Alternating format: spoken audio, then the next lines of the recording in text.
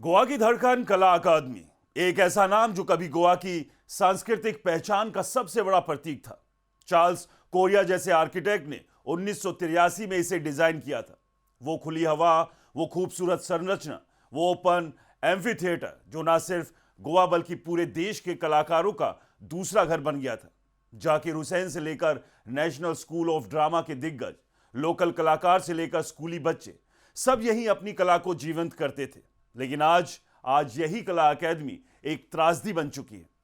75 करोड़ रुपए की सरकारी रेनोवेशन ने इसे मौत के मुंह में पहुंचा दिया। और यह सिर्फ इमारत की बात नहीं, गोवा की सांस्कृतिक आत्मा की बात है। दोस्तों, कहानी शुरू होती है 2019 से, जब गोवा सरकार ने कला अकादमी की मरम्मत का फैसला किया। नाम था स्ट्रक्चरल स्ट्रेंथनिंग और रेनोवेशन। लेकिन क्या हुआ? टेंडर के बिना काम दिया गया, ठेकेदार को काम सौंपा गया और 2023 तक यह काम चला। लेकिन नतीजा आपदा, सिर्फ आपदा। ओपन एयर एम्फी थिएटर की छत गिर गई, पानी भरने से जंग लग गया, वाटर स्टैग्नेशन हर जगह, यहां तक कि वायलिन प्रैक्टिस रूम की फॉल सीलिंग भी 6 महीने पहले गिर गई।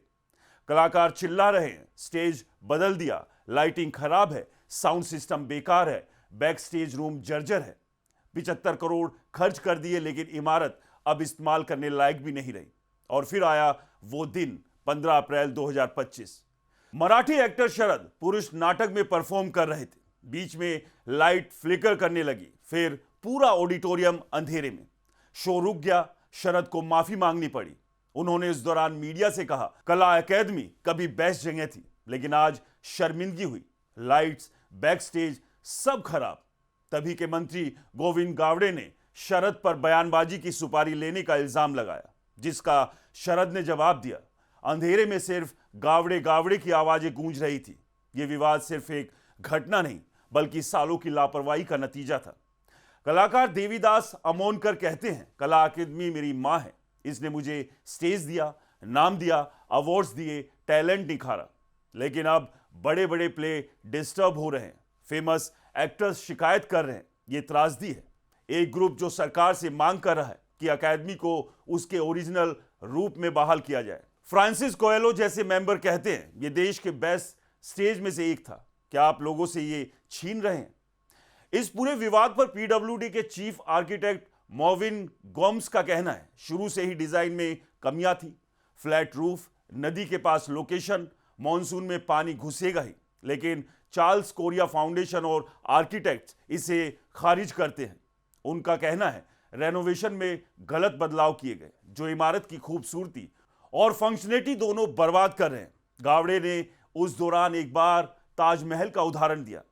शाहजहां ने टेंडर नहीं मंगवाया था, ताजमहल आज भी खड़ा है। लेकिन आज ये शाहजहां गेट बन चुका है, क्योंकि ताजमहल खड़ा है लेकिन कला अकादमी ढह रही है। अब लेटेस्ट अपडेट की बात करते हैं। 2024 में सरकार ने टास्क फोर्स बनाई, आईआईटी मद्रास को स्ट्रक्चर ऑडिट सौंपा। जनवरी 2025 में इनिशियल रिपोर्ट आई और सितंबर 2025 में फील्ड इंस्पेक्शन हुआ। रिपोर्ट कहती है, serious structural damage, water proofing failure, moisture से खराबी, इंफ्रारेड और थर्मल इमेजिंग टेस्ट की सलाह दी गई। टास्क फोर्स ने कहा 50 करोड़ से ज्यादा खर्च हो चुके हैं, लेकिन काम अधूरा है, क्वालिटी घटिया है, पब्लिक फंड्स का मिसयूज हुआ है। कलाकार पूछ रहे हैं, जवाब कौन देगा? तो दोस्तों, ये सिर्फ बिल्डिंग की कहानी नहीं है, ये गोवा की सांस्कृतिक विरासत की लड़ाई है। कला अकादमी को बचाओ, क्योंकि अगर ये टूट गई तो गोवा का दिल टूट जाएगा। सरकार को जवाब देना होगा, टैक्स पेयर्स का पैसा कहां गया। दोस्तों, ये वीडियो द प्रिंट के आर्टिकल पर आधारित है। नमस्कार।